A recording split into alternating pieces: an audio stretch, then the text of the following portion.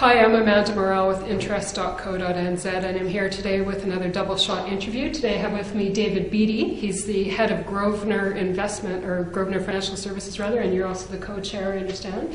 We've just finished a really interesting debate here in Wellington on whether New Zealand super should be made compulsory and whether there should be compulsion for additional savings outside of that, and I think what we're talking about here is KiwiSaver. David, you expressed a view in favour for the sake of this debate here, but your personal opinion was withheld. I'm interested to know, what is your personal opinion with respect to making compulsory superannuation savings? I'd like to think that we've all sort of grown up a wee bit over the years, because I was one back in 1997 who voted against compulsory super when it was first mooted by Winston Peters. So we've moved on. I think we've learnt a lot, and personally I'm a big fan, and I think the KiwiSaver scheme itself has been a fantastic way of introducing people to the whole concept of longer term savings, and I don't think it's too far a step now to actually turn that into something now which is all but compulsory. Given that we've got 1.7 million New Zealanders who've now joined, they had all the incentives in the world to do that, and I think that was the right thing to do. Otherwise the take-up might have been just too light, and it would have taken too long to get things off the ground. We needed some momentum going. So I'm a big fan, and I think the way it's been structured is fantastic. There are a number of aspects to it that they've obviously learnt from some of the mistakes that Australia made, and I think most importantly having an individual account run through the inland revenue has probably been the single best initiative that they put together to try and keep the administrative costs down to a minimum and avoid a lot of money which unfortunately in Australia just gets lost because members move on, employers, and they change, and they just can't keep track of their money. So at least in New Zealand there's going to be a greater chance that people will keep that money in those accounts. Okay, I just want to back up for a second. I'm interested, what has changed personally for you that you didn't feel that it was necessary now that you think it's a good thing for New Zealand? Some of it's my own personal circumstances, and it's not I'm not particularly proud of the fact that having grown up over the years, and geez, I've hit the 50 mark, and I think back to when I first joined the workforce, and I was not, it wasn't compulsory, but we were strongly encouraged to join the employer's subsidised workplace savings scheme, and we thought nothing of it. There was just money came out of our wages each week, and we didn't worry about it. We adjusted our lifestyles and our budgets accordingly. We were young, we still had money to spend on things, and it was out of sight, out of mind. Then later on we were given the opportunity to get hold of that money. You know, when you're 25 or 30 and you've got all of these things that you think you want to do right now instead of deferring consumption, and someone says that we can get hold of your money now, what did I do? We took it out and we blew it. And I look back now and think, I've done the maths and I've calculated what that money would be worth now, and I'm ashamed actually to think that I was tempted as well by the same concept. And so having experienced that, I've got young teenage kids who are in the same boat. In fact, today's generation is even more about instant gratification. They don't think longer than about 5 minutes, let alone 5 years or 50 years in front of themselves. They can't see themselves older than 30 or 35, and there is so much temptation at the moment to spend their money on right now, borrow money and spend it, which has unfortunately been a sign of the global times over the last 20 years, and it's part of the reason why we're in the poo a bit at the moment with sovereign debt and the amount of debt that people have. So that's probably the strongest catalyst for me when I look back in hindsight and regret the fact that there wasn't somebody sitting there saying, look, I know you might not think this is the right thing to do, but I'm just going to take 10% of your money, or whatever that number is, put it away in an account, you can't touch it for 40 years. Now we moan and groan and leap up and down and get all carried away with it, but at the end of the day, if I went back now, I would absolutely insist on that happening, because I feel like I'm behind the 8 ball even now, and yet I'm a so-called professional. Interesting. One of the arguments against compulsory that keeps coming up is that there's no firm evidence that it actually increases national savings based on what you've just said now, or do you reject that? Well, I think the economist in me says that you can look at all sorts of facts and figures, and I think in general terms I think there are some studies that show it does increase the national savings, but I don't think you need to go that far. There's no doubt that it moves it around from the private sector to the public sector, to the company sector, and the net pool of all of those savings probably isn't necessarily enhanced, and of course it comes down to what you do with that money and whether the private sector is better at generating capital growth from that, or whether the public sector can.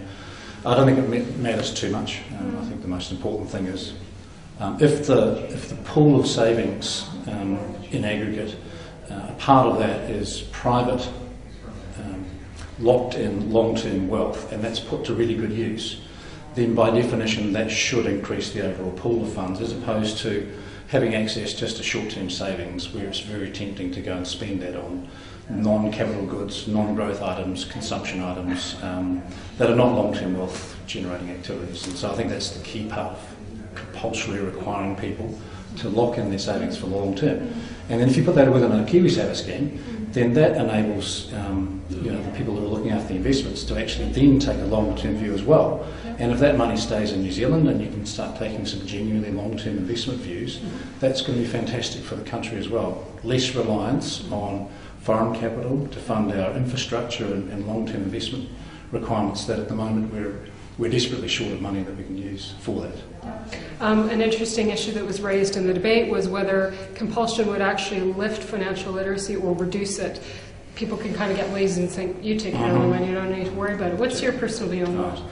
Look, KiwiSaver is only 3 years old, and I've already had conversations with beneficiaries who are members of our scheme who have asked me questions which can only have increased their financial literacy. In fact, these people have gone out and done their own little research because they've seen the $1,000 kickstart. They've never had $1,000 lump sum money, and they're asking questions which is obviously increasing what they understand. And just in the short space of half a dozen phone conversations, which I've never had before with anybody off the street, it's clear to me that KiwiSaver is most definitely a great way of getting financial literacy improved. And then feeding into that, there are a huge number of things that we can run through the school system, because there are a lot of young kids who have joined, and the conversations around the dinner table.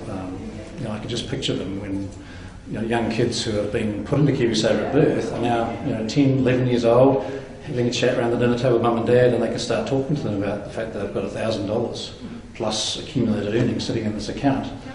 That, given the natural inquisitiveness of children, is going to cause them to start thinking about it. And that should just naturally feed into the financial program, the curriculum at schools, and I think those two things will just come together over the next 5 to 10 years, and it'll be fantastic.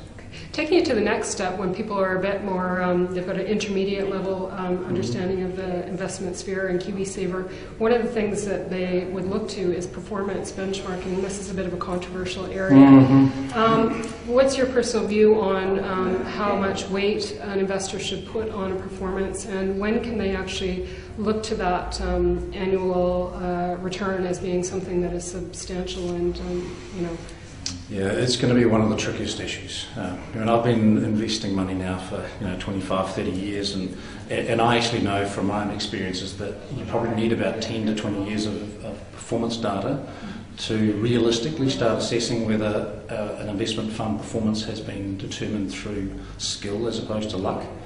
And what people don't fully understand is the nature of the investment cycles that are always running, whether they're economic cycles or business cycles. There are commodity cycles and all sorts of intermediate cycles that cause investment strategies to do well in one year and poorly in the next. Over time, they will smooth themselves out because people are chopping and changing all the time. They're chasing, last year's winners.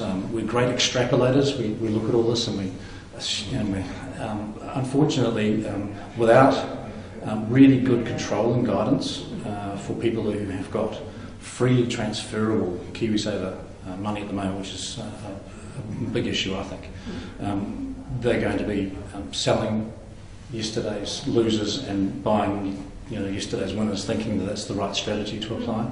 And yet there are so many statistics that show that that's the worst thing that you can do. I think there are a really good number of good, solid KiwiSaver providers out there.